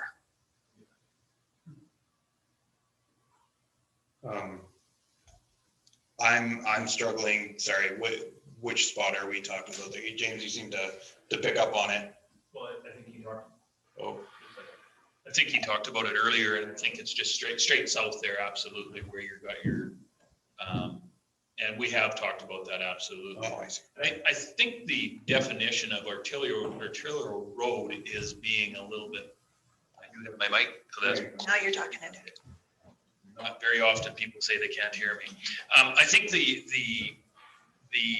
definition of arterial road is something that may need to be adjusted a little bit. I think people are thinking highway, and we are, this is like a street in the town or that you would have. It's not highway access. We're not talking dotted lines and delineation. We are talking a series of road networks that would collect traffic, not necessarily be highway grade. So I think that may need to be a little bit addressed, is what I'm hearing and seeing so far. So we're not talking highway status. And correct me if I'm wrong, Ed, but I think you were talking it directly south of that, the new road that we built, what they're calling the Bayview extension. Yeah, saying an east-west road above the community park, and Ed says yes. Perfect. Thank you. Yeah, for picking up on that. The second question is from Sheena. How many additional RV sites are a possibility for the old Paradise Shores area? How many new boats are expected on the lake with this expansion? What is the plan when the lake develops blue-green algae due to boat usage? So I'll start, Craig, and then I'll have you correct me if and when I get it wrong.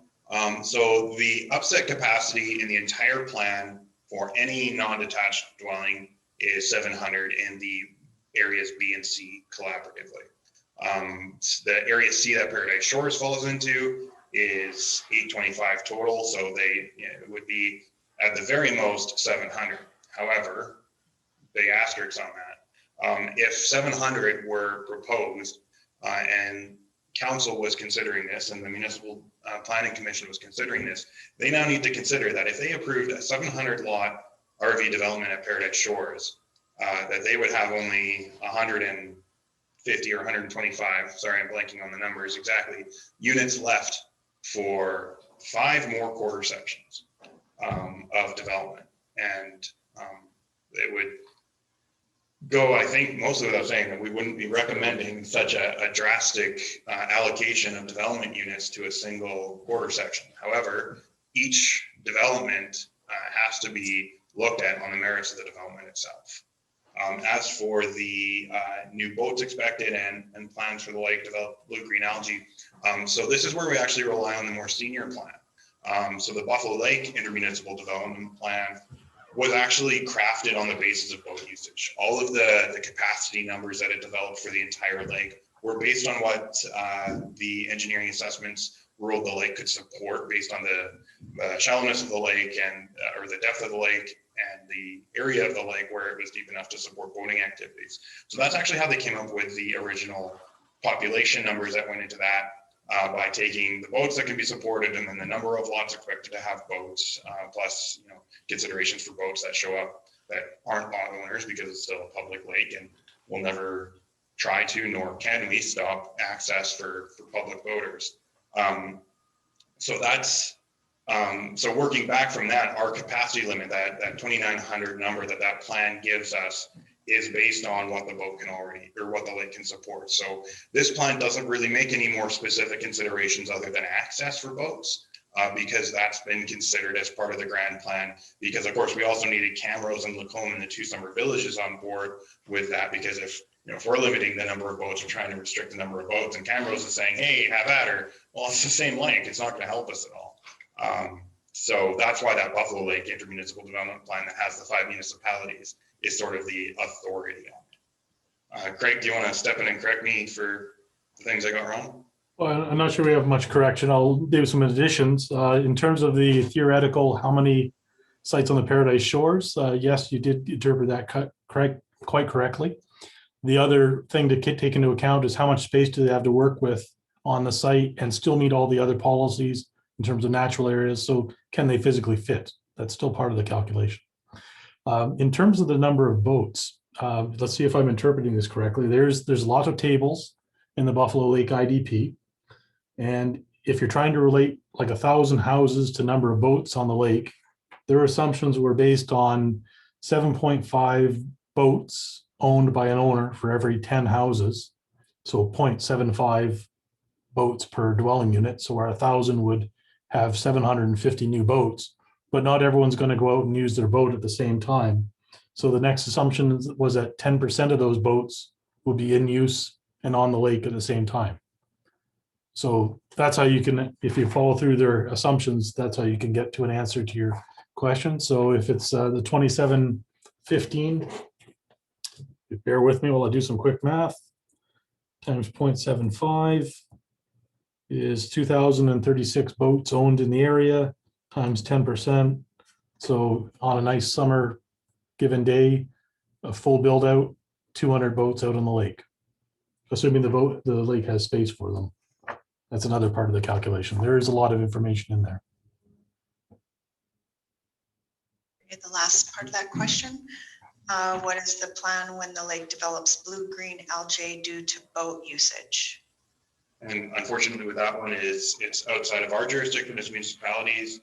The lake quality falls between Alberta Environment and Oceans and Fisheries. So and I guess Alberta Health has some say in that as well. So we do work with those guys and we advocate very strongly. We still maintain the Buffalo Lake Management Team, even though the provincial government decided to stop supporting and funding it a few years ago. The groups that participated thought it was still worthwhile to have to discuss lake quality issues. And additionally, I do know there's several community associations that have come together in concern about water quality issues. And we have been hearing from them quite a bit over this last year. And we're excited to work with them in the future, especially alongside the Buffalo Lake Management Team, which I think meets again here in mid-May. So we do work with our provincial partners and our federal partners as much as we can on the lake quality, because it matters to you guys, our residents. So Wayne Nixon.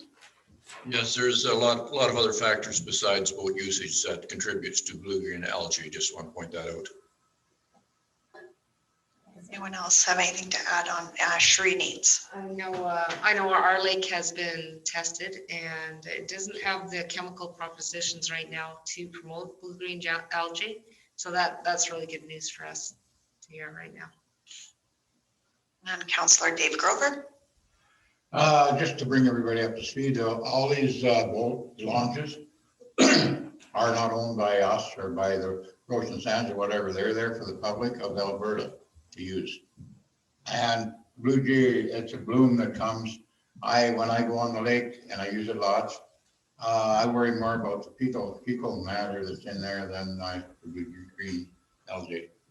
And we were at a lake, there was 3 boats out on the lake and they got a blue-green algae, because when it blooms, and then in a few days it's gone.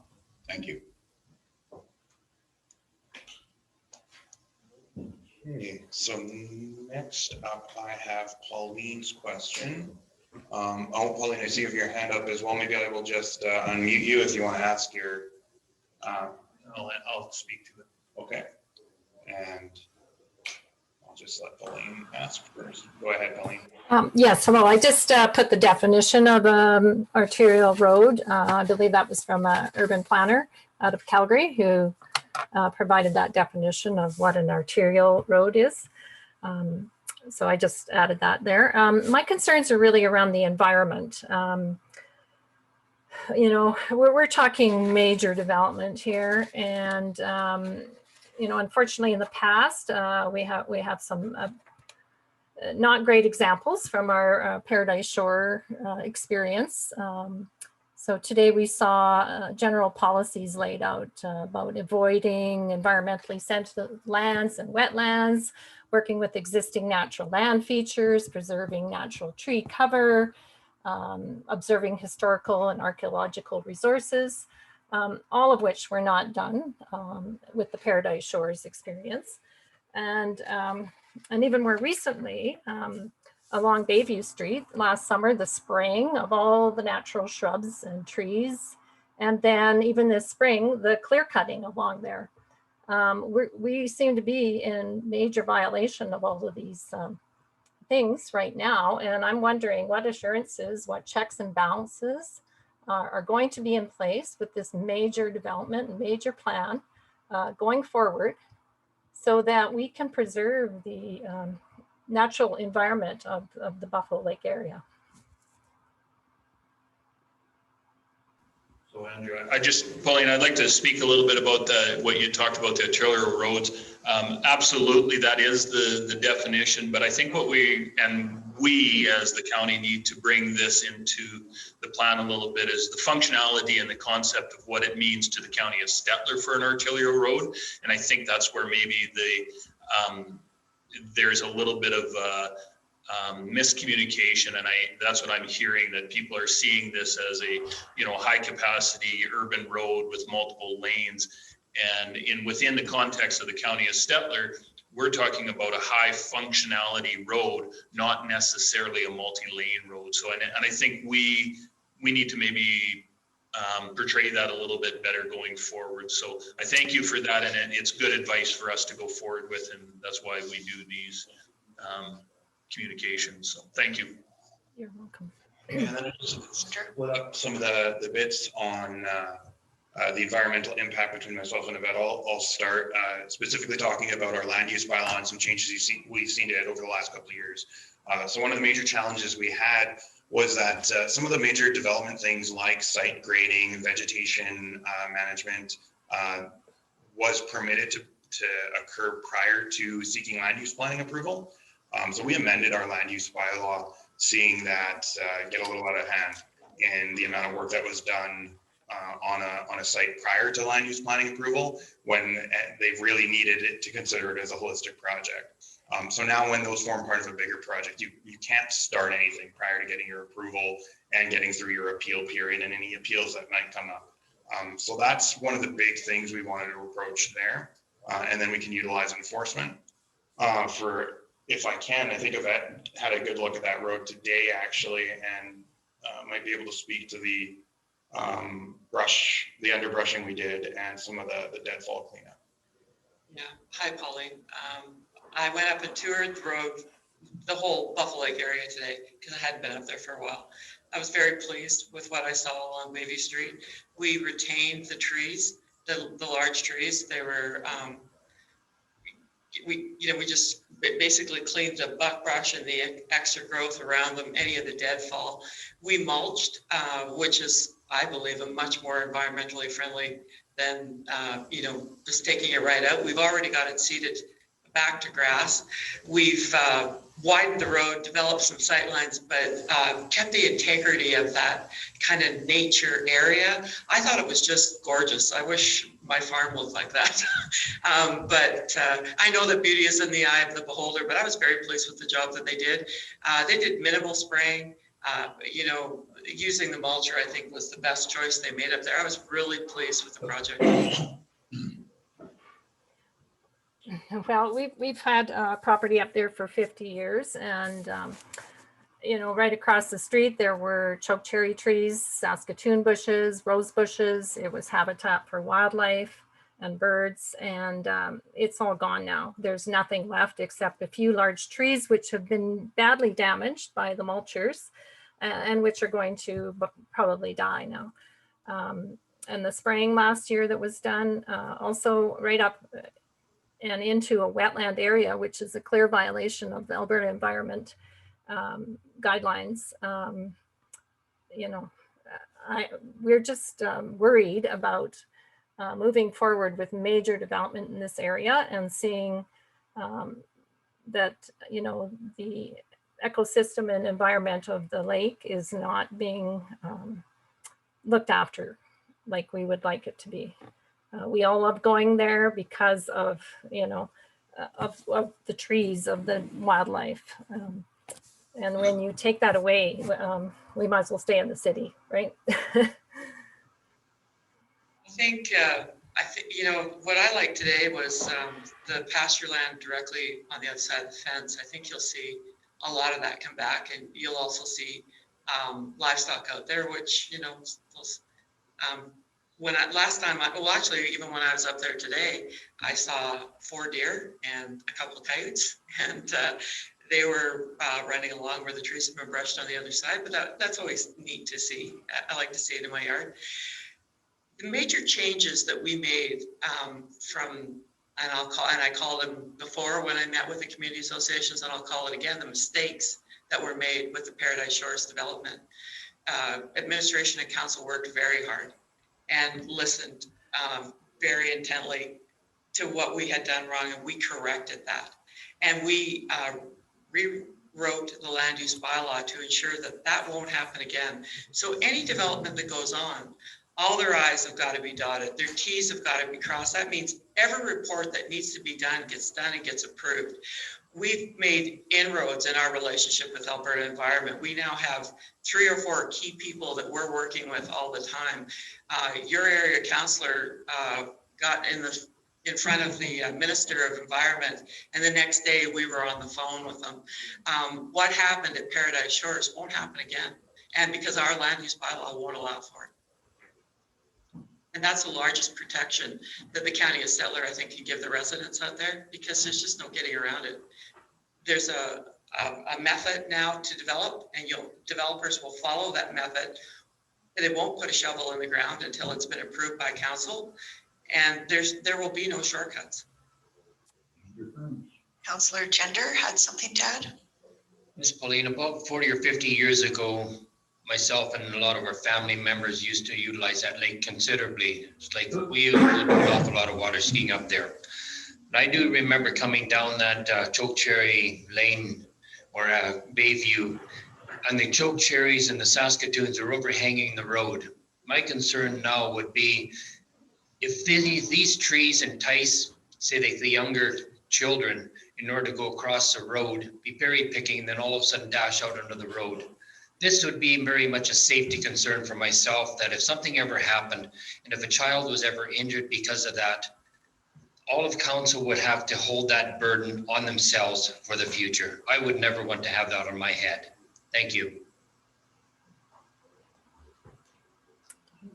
Okay, thank you. We have Natasha with her hand up next, and then we could take one more question after that, and we're going to wrap up for the evening.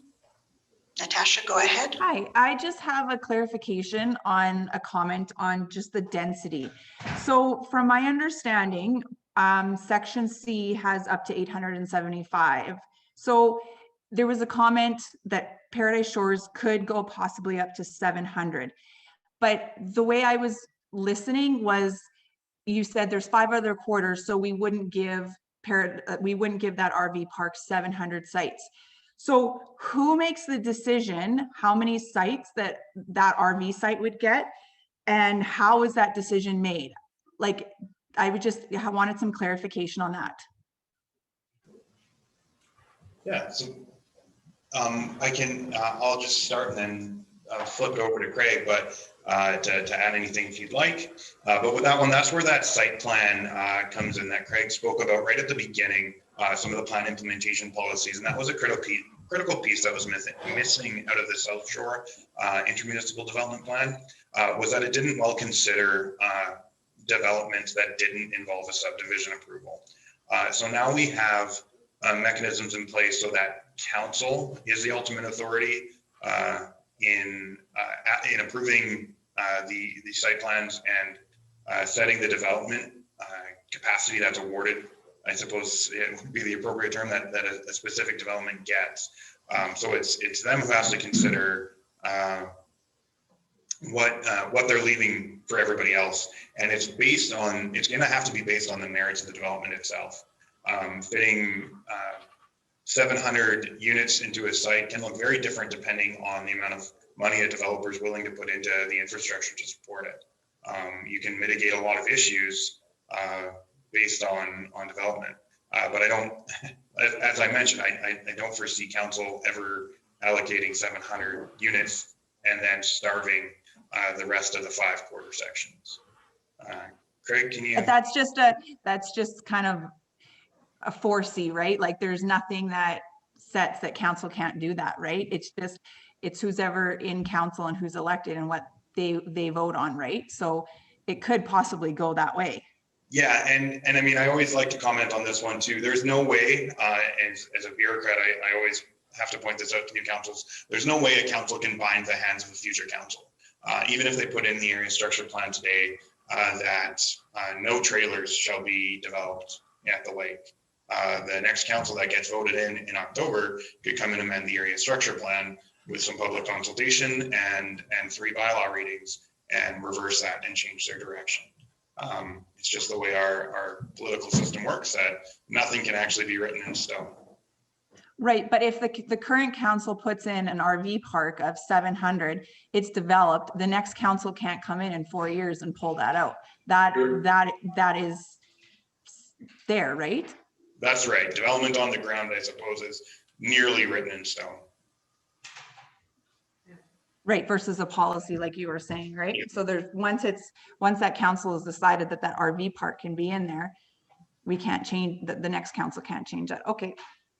Councillor Neitz has something to add. I know since Paradise Shores came in, we have implemented where a permit comes in, we tell the permit or the developer to do those public consultations. They need to get to know the neighbors. They need to get to know the residents and how they feel, because a developer has to form a good relationship with those around him, or the development just doesn't thrive. So that is another part of the development process that we have, is them going out and consulting. And then with the public hearing, that consultation would have been done already. Okay, thank you. And Paul Hallman will be our last question of the evening. Hi, thank you. I'd just like to voice similar concerns as we've heard about the boat launches. On a busy day at the lake, it's not uncommon when a storm comes up to have a lineup of, say, 20 boats trying to get off the water. Similar to wanting access on the roads, like was mentioned, if a tornado came up, it would be, those boats would be sitting ducks. I think it's important as this develops and those become busier to improve those the best as possible. Maybe a suggestion would be in the recreation area to give them, or allow the developer to make one there that would service a lot of the influx of more people in that area.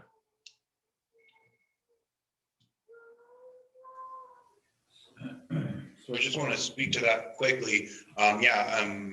Definitely emergency management is something we're always considering, and severe weather events tend to be what ends up being what we do on desktop studies when we do a mock incident up at the lake. It's because it is a challenging environment up there.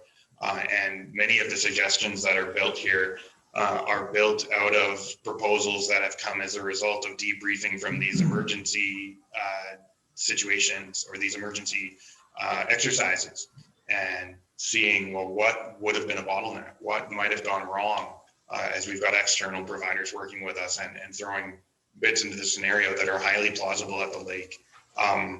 As Reeve Clark mentioned, the Bayview Street extension was one of those things that I know as a firefighter I desperately wanted. Back when I was on the service, lots of those interconnects between facilities, there's challenges with the road widths of White Sands that their council's been working towards. So we definitely see a lot of attention paid towards emergency management, and so expanding boat launches for quick egress. Nobody really minds in the grand scheme of things if it takes an hour to launch your boat. It's about how long it takes to get your boat off the lake, or at least get the people off the lake. So it's well in our head. As for the recreation facilities, they do have the opportunity to develop their own boat launches. It's tough to require them to do it though, because it's dependent on Alberta environment approvals. We actually, even our own proposals here for creating new development or new boat launches, those are subject to approval by Alberta environment, and that can be a challenging situation. They have a lot of studies to go through. but if you're committed, you should be able to make it work. Old McDonald's does have their own boat launch, and they're quite happy with that. My hope would be that other facilities would recognize the benefit of it, although particularly in the Paradise Shores situation, they don't, the topology there is very limited until you get to the northeast, where you're getting into a lot of sloughs. So there's definitely a lot of challenges to overcome is basically what I'm getting at, but it's definitely not an idea without merit. Thank you. Thank you. And that will conclude tonight's evening. If you have more questions, require more clarifications, or think of something when you go to sleep tonight, please call our planning department or email us at the office here, and we'll be happy to help you. Alternatively, there are 2 more Zoom sessions happening Thursday, April 29th, one at 1:30 p.m. and one at 6 p.m. A recording of tonight's session will be available on Stettler County YouTube channel by May the 1st, which is this Saturday. And normally we tell you to all drive safely, but tonight we'll wish you a nice walk to the next room and remind you all to stay safe. Thank you for joining us.